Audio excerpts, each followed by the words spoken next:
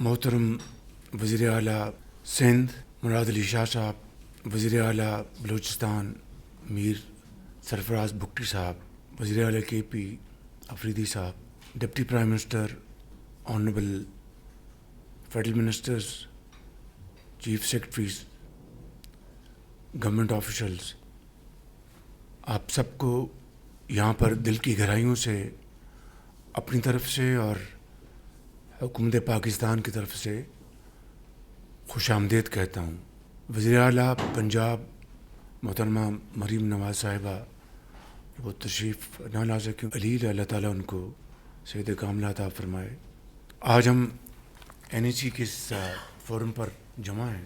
تمام صوبائی وزراء اعلیٰ کا میں شکر گزار ہوں کہ انہوں نے اس سارے عرصے میں ہر مرحلے پر مشاورت کی اور معاونت کی، اور اسی طریقے سے وفاق نے پوری دلجمی کے ساتھ اور انتہائی سنجیدگی کے ساتھ صوبوں کے ساتھ مشاورت کی ہر معاملے کے اوپر، اور پاکستان کے بہترین مفاد میں ہم نے قومی فیصلے کیے، اور یہی وجہ ہے کہ آج ہماری معیشت اس کے باوجود کہ بڑے بڑے چیلنجز کا ہمیں سامنا کرنا پڑا، آج میکرو لیول پر ہماری معیشت سٹیبل ہے، لیکن اس کے اندر اب گروتھ کی انجیکشن ایک انتہائی اہم مرحلہ ہے۔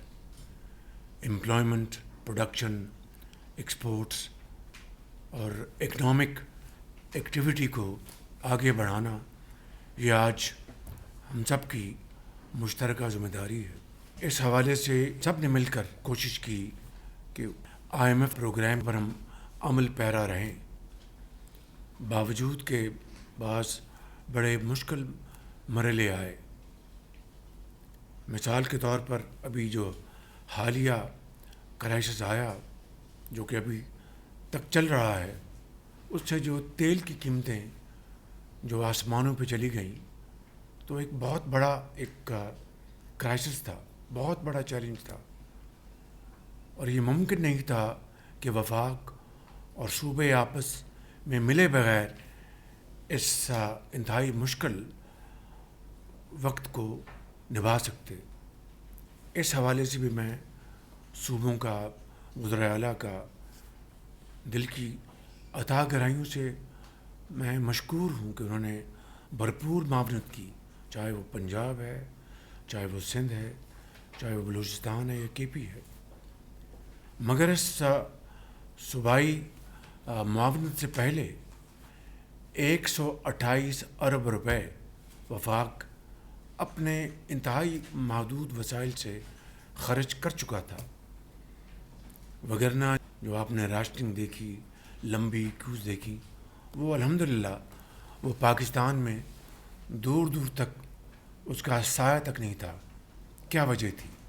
کہ چاروں صوبوں کی اور وفاق کی باہمی یگانگت، ہماری سینس آف انڈرسٹینڈنگ اور ٹیم ورک، یہ اس کا نتیجہ تھا کہ پیٹرول اسٹیشن پہ لائنیں نہیں لگیں، اور پھر عوام کی جو توقعات تھیں اس کے اوپر پورا اترنے کے لیے ہم نے حد المقدور کوشش کی۔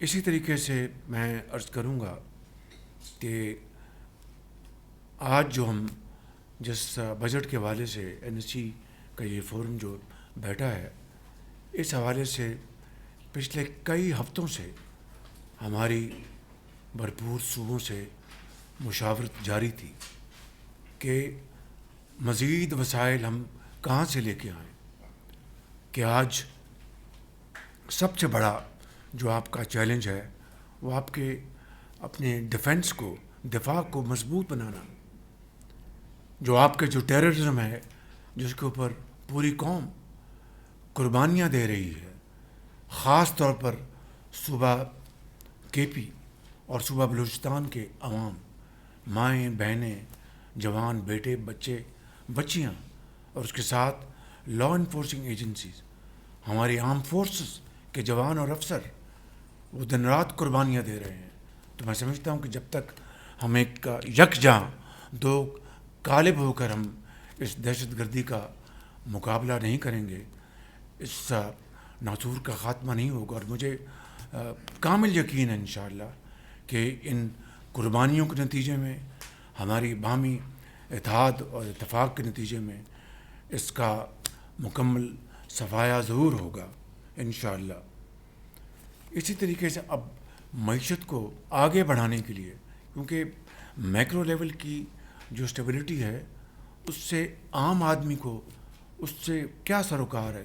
عام آدمی کو غرض ہے امپلائمنٹ سے، پروڈکٹیو ملازمت سے.